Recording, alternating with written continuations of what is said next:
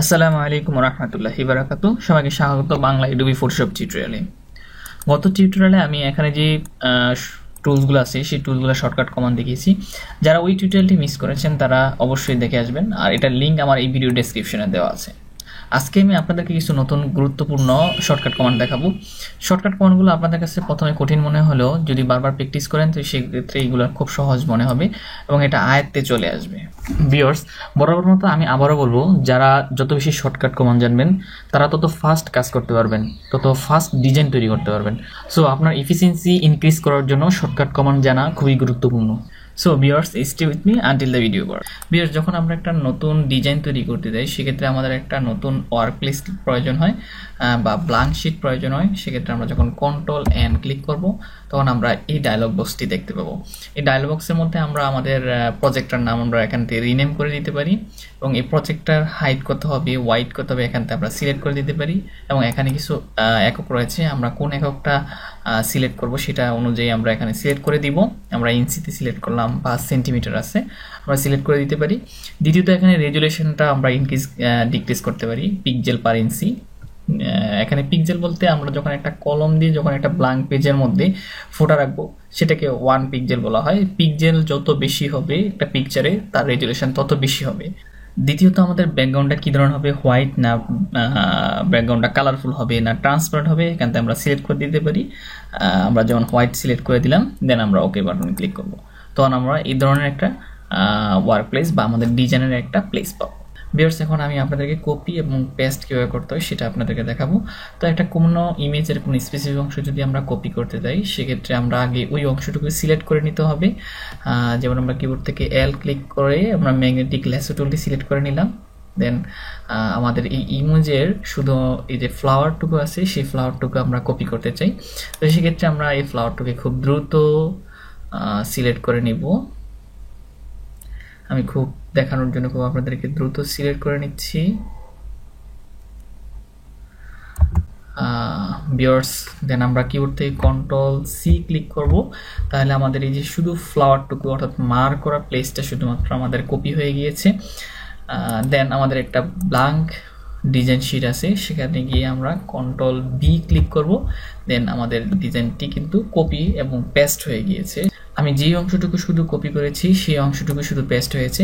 তো আমরা কিবোর্ড থেকে যেমন আমাদের এখানে যে ডিজাইনের শিটটা আছে সেই শিট অনুযায়ী আমাদের ফ্লাওয়ারটা কিন্তু অনেক বড়। তো সেটাকে যদি আমি রিসাইজ করতে চাই, যে কোনো জিনিস যদি আমরা রিসাইজ করতে চাই কোনো একটা লেয়ার, যেমন এখানে আমাদের একটা নতুন লেয়ার ক্রিয়েট হয়ে গিয়েছে, আমরা যখন নতুন একটা জিনিস এখানে পেস্ট করেছি, তো এটাকে যদি আমি রিসাইজ করতে চাই তো সেক্ষেত্রে আমি কিবোর্ড থেকে কন্ট্রোল টি ক্লিক করব। ভিউয়ার্স, আবার মনোযোগ দিয়ে শুনুন, আমরা যখন কোনো একটা লেয়ারকে রিসাইজ করতে চাই সেক্ষেত্রে আমরা কিবোর্ড থেকে কন্ট্রোল টি ক্লিক করব, দেন রিসাইজের এই অপশানগুলো চলে আসবে, আমরা মাউসের মাধ্যমে এগুলো ধরে ছোট বড় করতে পারবো। ভিউয়ার্স, যদি আমরা কোনো ইমেজ থেকে কোনো একটা অংশকে কাট করতে চাই সেক্ষেত্রে আমরা ওই অংশটিকে সিলেক্ট করব। যেমন আমরা এখান থেকে এই পিকচারটিকে কাট করতে চাই, তো সেক্ষেত্রে আমাদের প্রথমে এই ইমেজটিকে আগে সিলেক্ট করে নিতে হবে। আমরা ম্যাগনেটিক ল্যাসো টুলের মাধ্যমে আবার এটাকে ইমেজটুকু আমরা সিলেক্ট করে নিব। দেন কিবোর্ড থেকে আমরা কন্ট্রোল এক্স ক্লিক করব। আর কন্ট্রোল এক্স ক্লিক করার সাথে সাথে কিন্তু এটা আমাদের কাছ থেকে বেনিশ হয়ে গিয়েছে, অর্থাৎ এটা কাট হয়ে গেছে। দেন আমরা আমাদের যে ওয়ার্ক প্লেসটি আছে সেখানে আমরা কন্ট্রোল বি এর মাধ্যমে পেস্ট করব। আর এটাকে আমরা আরও রিসাইজ করার জন্য আমরা কন্ট্রোল টি ক্লিক করব, দেন আমরা ইমেজটিকে রিসাইজ করতে পারবো। ভিউয়ার্স, এইভাবে আমরা কন্ট্রোল সি এর মাধ্যমে কোনো একটা অংশকে কপি করতে পারি, কন্ট্রোল বি এর মাধ্যমে পেস্ট, কন্ট্রোল এক্স এর মাধ্যমে কাট। ভিউয়ার্স, মাইক্রোসফট ওয়ার্ডে আমরা কন্ট্রোল জেড ক্লিকের মাধ্যমে আমরা পূর্বাবস্থায় ফিরে যেতে পারি, কিন্তু ফটোশপে পূর্বাবস্থায় ফিরে যেতে হলে আমাদেরকে শুধু একবারই আমরা ফিরে যেতে পারবো, সেটা হলো শুধু কন্ট্রোল জেড এর মাধ্যমে। যেমন আমরা একটা ডিজাইন অঙ্কন করতেছি, আমি এখানে আমি কিছু লিফ অঙ্কন করেছি। তো কোনো কারণে ডিজাইন ক্ষেত্রে যেটা মিস্টেক হয়, যদি আমি ব্যাকওয়ার্ডে যেতে চাই তো সেক্ষেত্রে আমি কন্ট্রোল জেড ক্লিক করব। শুধু একবারই পসিবল, আবার যদি কন্ট্রোল জেড ক্লিক করি সেটা কিন্তু আবার চলে আসবে। কিন্তু পুনর্করণে আমরা যদি একাধিকবার ব্যাকওয়ার্ডে যেতে চাই তাহলে সেক্ষেত্রে আমরা কি করব? তো কিবোর্ড থেকে আমরা কন্ট্রোল প্লাস অল্টার প্লাস জেডে ক্লিক করব। দেখুন আমরা ব্যাকওয়ার্ডে চলে যাচ্ছি। এবার যদি আমাদের একাধিকবার ব্যাকওয়ার্ডে যাওয়ার প্রয়োজন হয় সেক্ষেত্রে আমরা কন্ট্রোল অল্টার প্লাস জেডে ক্লিক করব। যদি আমরা ফরওয়ার্ডে আসতে চাই সেক্ষেত্রে আমরা কন্ট্রোল শিফট আবার জেড ক্লিক করব। দেখুন আমাদের ডিজাইনগুলো আবার চলে আসতেছে। সো ভিউয়ার্স, শুধুমাত্র একবার যদি আমরা ব্যাকওয়ার্ড এবং ফরওয়ার্ডের প্রয়োজন হয় সেক্ষেত্রে আমরা কন্ট্রোল জেড ক্লিক করার মাধ্যমে আসতে পারি। কিন্তু আমাদের যদি একাধিকবার ব্যাকওয়ার্ডে যেতে চাই তাহলে সেক্ষেত্রে কন্ট্রোল প্লাস অল্টার প্লাস জেডে ক্লিক করব। যদি আমরা ফরওয়ার্ডে যেতে চাই তাহলে শিফট কন্ট্রোল প্লাস জেডে ক্লিক করব। ভিউয়ার্স, আপনাদেরকে আমি এখন একটা চমৎকার কাজ দেখাবো। যেমন এখানে একটা বিলবোর্ড আছে, তো আমি চাচ্ছি যে আমার এই বিলবোর্ডের মধ্যে একটা পিকচার অ্যাটাচ করি। তো এটা আমি ইচ্ছা করলে ওই পিকচারটাকে কাট করে এই জায়গার মধ্যে আমি পেস্ট করে দিতে পারি এবং রিসাইজ করে ঠিক এটা অনুযায়ী আমি রিসাইজ করলাম, কিন্তু পিকচারটা এত রিয়েলিস্টিক মনে হবে না। কিন্তু আমি আপনাদেরকে এমন একটা অপশন দেখাবো, সেই অপশনের মধ্যে যদি আমরা এভাবে অ্যাটাচ করি কোনো একটা ইমেজকে, সেটা রিয়েলিস্টিক মনে হবে, আর্টিফিশিয়াল মনে হবে না। তো এই যে অংশটুকুতে আমি পিকচারটা অ্যাটাচ করব সেই অংশটুকু আমি আগে সিলেক্ট করে নিব। তো সিলেক্ট করার জন্য আমি রেক্টেঙ্গুলার টুল ইউজ করতে পারি অথবা পলিগনাল ল্যাসো টুল ইউজ করতে পারি। আমি এই অংশতে পিকচারটা অ্যাটাচ করব। সাপোজ আমি এই পিকচারটার ফেসটুকু আমি অ্যাটাচ করতে চাই। কন্ট্রোল সি এর মধ্যে আমরা কপি করলাম, দেন এখানে আমরা পেস্ট করব, কিন্তু আমরা পেস্ট ইনটু, সেই জন্য আমরা কিবোর্ড থেকে শিফট কন্ট্রোল ভি তে ক্লিক করব। এখন কিন্তু আমাদের পিকচারটি এখানে পেস্ট হয়ে গিয়েছে।